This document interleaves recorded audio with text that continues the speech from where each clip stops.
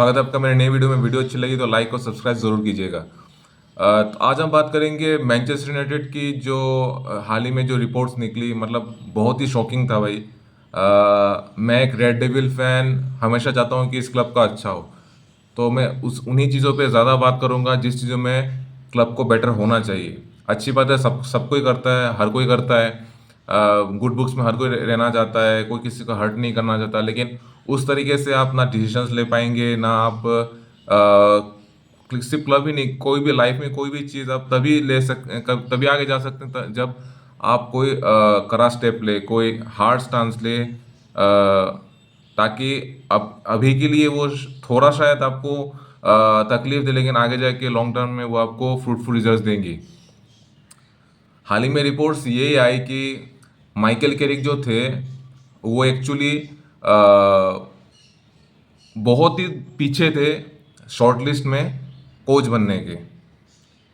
पहला जो उन्होंने टारगेट किया वो थे नागल्समैन। उन्होंने मना कर दिया, उन्होंने कहा कि मैं जर्मन टीम के साथ ही रहूँगा, मेरा लॉन्ग टर्म प्लान वही है, मैं उन्हीं के साथ जाऊँगा वगैरह वगैरह, वही बात चली। फिर थॉमस तुचल तुचल के पास गए, उन्होंने भी कहा कि मुझे अभी मैंने क्लब लेवल में बहुत कुछ अचीव किया, जो सही बात है। क्लब लेवल में उन्होंने चैंपियंस लीग जीती, जिस भी लीग में गए उन्होंने वहाँ पे लीग जीती, ट्रॉफी जीती। He has a good career. तो उन्होंने भी मना कर दिया कहते हुए कि मैं इंग्लैंड में कोच करूँगा और मैं अपनी जर्नी है इंग्लैंड में वो मैं जारी रखूँगा। फिर तीसरा ऑप्शन था वो कार्लो एंचेलोटी था।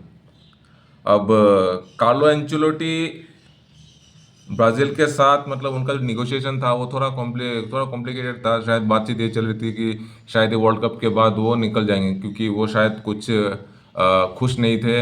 जो ब्राज़ील के जो मैनेजमेंट है उससे काफ़ी नाराज़ थे। बहुत सारी रिपोर्ट्स आ रही थी आप जाएंगे, सोशल मीडिया में भरे पड़े हैं कार्लो एंचेलोटी के, लेकिन समहाउ दोनों के बीच एक निगोशिएशन हुई और हाल ही में उन्होंने ब्राज़ील के साथ उल्टा उन्होंने जो अपना कॉन्ट्रैक्ट वो एक्सटेंड किया। तो और एक जो टारगेट थे वो थे उनाई एमरी। बहुत ही अच्छा कैरियर गया, बहुत अच्छा सीजन गया उनका एस्टन विला के साथ। एक मीडियोकर सी टीम, आप प्लेयर्स भी देखेंगे बहुत मीडियोकर ही थे, लेकिन उसी टीम के साथ उन्होंने पूरा यूरोपा लीग जीता और चैंपियंस लीग में उनकी एंट्री हुई। आप ये भी नहीं बोल सकते जस्ट बिकॉज यूरोपा लीग जीत के वो चैंपियंस लीग में गए, उन्होंने लीग में भी अच्छा परफॉर्मेंस किया, फोर्थ पे ख़त्म हुए, ऑटोमेटिकली वो चैंपियंस लीग के लिए क्वालिफाई किए। तो उनके अप्रोच किया गया, तो उन्हें मेरी वो अपने शॉट खुद कॉल करते हैं। तो एस्टन विला ने उनको मौका दिया, तो उस हिसाब से उन्होंने उस क्लब को चलाया और उन्होंने अच्छा परफॉर्मेंस किया। वो चीज़ उन्हें मेरी शायद मैनचेस्टर यूनाइटेड में वो कर नहीं पाएंगे, इसलिए उन्होंने भी वो जो ऑफर है वो मना कर दिया। अब बात यह है कि इतने सारे आपके पास ऑप्शंस थे, लेकिन यहाँ पे दो बात होती है। या तो आपने बस नाम के लिए उन्हें अप्रोच किया, सुर्खी बनानी है, या फिर कोई भी बात, मतलब सुर्खी बनानी है, डाइवर्ट करना है, जो भी है, ताकि ओनर्स पे कोई दाग ना आए, ओनर्स पे कोई बात ना करे, वो चक्कर है। या फिर मैनचेस्टर यूनाइटेड को देख के अभी दूसरे जो क्लब है, सॉरी दूसरे जो कोचेस हैं, जो बड़े बड़े कोचेस हैं, वो मतलब वो मोटिवेट फील नहीं करते। वो मतलब वो मैनचेस्टर यूनाइटेड जो जिसको कोच करने के लिए, जिस पे खेलने के लिए प्लेयर्स कोच मरे जाते थे, वो उस पर अभी कोई मतलब आना ही नहीं चाहता है। कोई कोच क्लब कोई भी कोच उसको एज ए मैनेजर वो हैंडल करना ही नहीं चाहता है। ऐसा क्यों? क्योंकि देखिए, हायरिंग जो साइन ट्रांसफर्स जो होती है, इतने सालों से वही चल रहा है कि ट्रांसफर्स आप कोच के हिसाब से कराते हैं, ऐसा नहीं होता है। ठीक है, क्लब को ये समझना पड़ेगा उस क्लब के लिए कौन सी साइनिंग बेटर है। फिर आप उस हिसाब से एक कोच को लाइए, उस कोच को मतलब आप अपने आइडियोलॉजी के साथ मिलाइए, किस तरीके से वो खेलता है। ऐसा कोच लाइए जो Manchester United way of play वो करता हो, वैसे कोच को लाइए। लेकिन ओवर द ईयर्स ये हुआ है कि जो जो कोच आए हैं, उन्होंने ये एक चीज़ किया है मैनचेस्टर यूनाइटेड ने, कि ओनर्स ने, कि जो कोच है उसको खुला छूट दिया है कि आप किसको साइन करना चाहते हो। बाकी हर चीज़ में मतलब अड़चने लगा के रखी है, लेकिन बस कोच के मैटर में, प्लेयर्स के मैटर में उन्होंने खुला छूट दे के रखा है कोचेस को। तो यही चीज़ जाके हैम्पर हो रहा है, क्योंकि हर कोच अपने खुद के एक सेट ऑफ प्लेयर्स लेके आते हैं। वो जब चला गया, वो जब तक रहता है तब तक ठीक, वो चला गया तो वो प्लेयर भी बेकार हो जाता है। आप डोरगू को पकड़ लो, आप ये माइनू को पकड़ लो। माइनू जब थे रूबन के अंडर में, वो मतलब वो आप सबको पता है, he was about to leave. Winter transfer में बहुत बात चल रही थी, शायद वो निकाल भी देते, लेकिन सामा वो रह गए सीजन के मतलब आखिर आखिर तक रह गए। तो उन्होंने परफॉर्म किया क्योंकि वो उसी यूथ सिस्टम से आए हैं, उसी मैनचेस्टर यूथ सिस्टम से आए हैं। तो उसे पता है कि मैनचेस्टर यूनाइटेड कैसे खेलती है। थोड़ा तो जो मैनेजमेंट, अब ग्रास रूट लेवल से तो सब कुछ चेंज नहीं हुआ है, जो भी चेंजेस हुआ है वो टॉप लेवल पे चेंजेस, कोचेज वगैरह जो भी, लेकिन जो उनका जो होम ग्रोन जो टैलेंट, उनका जो तरीका होता है होम ग्रोन प्लेयर्स को ग्रो करना, वो तो वही सिस्टम रहा है। तो उसे पता है कि मैनचेस्टर यूनाइटेड कैसे खेलते हैं, किस तरीके से अप्रोच करती है। तो क्या हम मतलब एज ए मैनचेस्टर यूनाइटेड, वो जो एक अपना एक जो एज रहता है, क्या हम वो खो रहे हैं? बहुत लोग खुश हो रहे हैं कि भाई माइकल कैरिक को नया कॉन्ट्रैक्ट मिल गया, बहुत अच्छा किया, he knows Manchester United better, उसके अंदर खुद मैनचेस्टर यूनाइटेड का डीएनए है वगैरह वगैरह। अच्छी बात है, उन्होंने अच्छा काम किया, उन्होंने क्लब को दलदल में घुसने से बचाया। लेकिन वो फोर्थ ऑप्शन थे भाई, वो फोर्थ ऑप्शन था। क्लब मैनेजमेंट मतलब नॉट मैनेजमेंट, ओनर्स खुद और क्लब भी खुद चाहती थी कि कोई बेटर कोच आए। He is not long term solution. इस क्लब को बड़े प्लेयर्स की ज़रूरत है, ठीक है। हाँ, मैं आप उस पर बात कर सकते हैं कि होम ग्राउंड प्लेयर्स भी लाए, मैं उसमें मना नहीं कर रहा हूँ। जो ग्रेजुएट होकर निकल रहे हैं यूथ टीम से, उन्हें भी लाना चाहिए, लेकिन ऐसे प्लेयर भी चाहिए जो आपके क्लब में इम्पैक्ट डाल पाए। वो अभी कैसे होगा? अभी आप एंडरसन का बात पकड़ लीजिए, नॉटिंघम फॉरेस्ट के। वो पिछले साल बात चली थी कि वो मैन सिटी में जाना चाहते हैं, लेकिन समहाउ वो बात हुई नहीं, समहाउ वो बात चली नहीं और बात टल गई। लेकिन ये साल फिर से बात चल रही थी, और एंडरसन की बात करें तो वो भी ऑलमोस्ट मतलब पर्सनल टर्म्स भी शायद हो चुकी थी। तब जाके ये बात आई कि पेप गार्डियोला क्लब छोड़ के जा रहे हैं। जब पेप गार्डियोला क्लब छोड़ के जा रहे हैं, उसके बाद ही आप ये बात सुन रहे होंगे कि एंडरसन शायद अभी जाना नहीं चाहते, शायद वो वहीं पे रहना चाहते हैं, या फिर दूसरा कोई क्लब वो देख रहे हैं। मतलब एक मैं आपको ये समझाना चाह रहा हूँ कि एक इम्पैक्ट क्या होता है एक कोच का, ठीक है। आप किसी को भी ला सकते हैं, अगर आप में उस दम हो, आपने कुछ जीता हो, तब जाके आप उस जो प्लेयर आप चाहते हो उसको आप ला सकते हैं। हर कोई चाहता है यार एक अच्छा कोच के साथ खेलूँ, थोड़ा इम्प्रूव करूँ और बेटर हूँ मैं।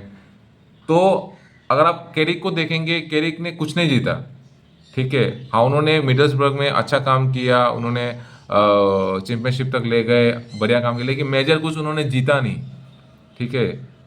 तो जीता नहीं तो अभी देखिए, अब ये क्लब ऐसा नहीं है कि मतलब बहुत अच्छे टाइम से गुजर रही थी तो अभी एक फेज दिया गया कैरिक को कि चलो आप साइनिंग करो, अपने हिसाब से क्लब को आगे लेके जाओ। ऐसा नहीं है, बहुत सालों से क्लब जूझ रहा है, बहुत सालों से क्लब जूझ रहा है। इसको ऐसे कोच की ज़रूरत है जो अट्रैक्ट कर पाए, वो फिर से वो ग्लोरी जो है मैनचेस्टर यूनाइटेड की वो समझा पाए, दिखा पाए।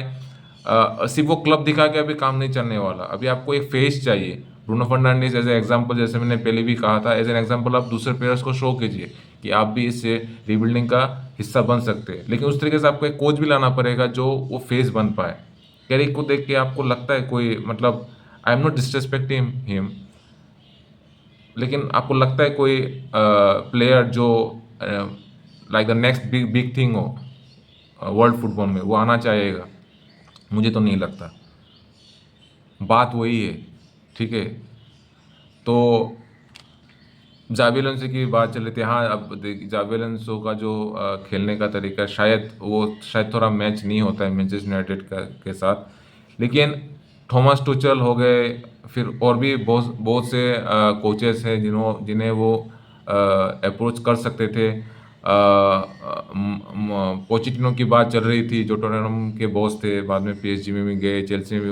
उनका उनका जो स्टाइल है वो थोड़ा आप मैनचेस्टर यूनाइटेड हुए की तरफ बोल सकते हैं। ठीक है, तो अगर कोई नहीं था तो आप पोचेटिनो के साथ को अप्रोच कर सकते थे। अभी मुझे नहीं पता अभी कैसा वो सिचुएशन जो भी है, लेकिन आप कर सकते हैं अगर करने चाहिए। अब आपको, अगर आपको अपने क्लब को बचाना है, अपने साख को बचानी है, आपको वो चीज़ करनी पड़ेगी, आपको आउट ऑफ द बॉक्स जाना पड़ेगा, आपको पुश करनी पड़ेगी। ठीक है, लेकिन माइकल कैरिक वो होप देते नहीं है। हम हम लीग जीतने के लिए खेलना चाहते हैं, ना कि सिर्फ टॉप 4 टॉप 5 में जैसे जैसे चैंपियंस लीग खेलने। नहीं, हो गया, हो गया। 13 साल से यही देख रहा हूँ मैं, 13 साल से हम थक गए हैं देख देख के। हमें कुछ चाहिए कि कोई ऐसा कोच आए जो हमें एक होप दे पाए। इन सबको भी लगता है कि शायद माइकल कैरिक की वो होप है, वही वो रास्ता है। अभी देखते हैं। अभी बात तो चल रही है, एडरसन हो गए, फिर बलेबा हो गए। इन प्लेयर्स को भी अगर ला पाए वो, तो बहुत बड़ी बात हो जाएगी, तो मैं सच में बता रहा हूँ। अब चुमेनी की बात छोड़ ही दो, चुमेनी ये सब बस मतलब वो होता है ना, लिंक लिंक करने के लिए रखे हुए हैं, और कुछ नहीं। बाद में मैं पक्का बता रहा हूँ, ये जो बलेबा का बात चल रहा है, टोनाली का बात चल रहा है, और मतलब एंडरसन की बात चल रही है। मैं बता रहा हूँ, आखिर में जाके लो अटलांटा के जो एडरसन, उसको ही साइन करने वाले। अब लिख लो, ये जो मेरा वीडियो है सेव करके रख लो, उसको ही जाके मतलब साइन करने वाले हैं। जो डीएनए होता है ना, वो मैं जैसे मुझे क्लब का डीएनए पता है, मुझे इस ओनर का भी डीएनए पता चल गया है, कब क्या सोचता है। ये आखिर में जाके एडरसन को ही साइन करेगा। जो थोड़ा बहुत जो पिछले साल अच्छा साइनिंग हुआ था, वो इसलिए हुआ था कि रूबेन आए थे। रूबेन ने पोर्तुगल में अच्छा काम किया था, इसलिए वो आए थे। अभी वो भी चाम नहीं रहा। ठीक है, हाँ, वो अच्छे कोच नहीं थे, उनके तरीके मेरे को पसंद नहीं थे, लेकिन उसके वजह से कुनिया आए, स्पेशल बेंजामिन शेस्को आए। तो आई होप कि मैं गलत हूँ। मैं सीरियसली चाहता हूँ कि मैं गलत हूँ। मैं चाहता हूँ इस क्लब का भला हो। अगर माइकल कैरिक अगर अच्छा कर पाए, तो मैं भी चाहता हूँ कि हाँ, वो अच्छा करे, क्लब क्लब आगे जाए, लीग के लिए फाइट करे। बाकी मैं थोड़ा मैं काइंड ऑफ पेसिमिस्ट टाइप का हूँ, इतना ऑप्टिमिस्टिक रहता नहीं हूँ। आई होप कि जो मेरा जो मेरी सोच हो गलत हो, क्लब अच्छा करे, माइकल कैरिक एक फाइट दे लीग में। और स्पेशल साइनिंग्स पे ज़्यादा ध्यान देना पड़ेगा। साइनिंग्स आप अच्छे साइनिंग्स करें, ताकि क्लब को आप नेक्स्ट स्टेज के लिए और नेक्स्ट सीजन के लिए तैयार कर पाए, क्योंकि डेप्थ की बहुत ज़रूरत है। अगले साल चैंपियंस लीग भी खेल रहे हैं। और प्लीज़ ग्रुप स्टेज से मत निकल जाना, यही मैं बस चाहता हूँ। कुछ फाइट करे, क्वार्टर फाइनल तक जाए, सेमीफाइनल तक जाए, एक फाइट दे, उस तरीके की एक टीम बनाए। ठीक है, बस मैं यही चाहता हूँ। तो कैसी लगी मेरी वीडियो ज़रूर बताइएगा कमेंट सेक्शन में, आपकी क्या राय है। क्या ये डिसीजन सही है माइकल कैरिक को ऐसे कोच रखने का, या फिर यही वो सोल्यूशन है जिससे आगे मैनचेस्टर यूनाइटेड को आगे बढ़ना चाहिए। कमेंट सेक्शन में ज़रूर बताइएगा। मिलते हैं अगले वीडियो में, तब तक रेड डेविल्स की जय हो।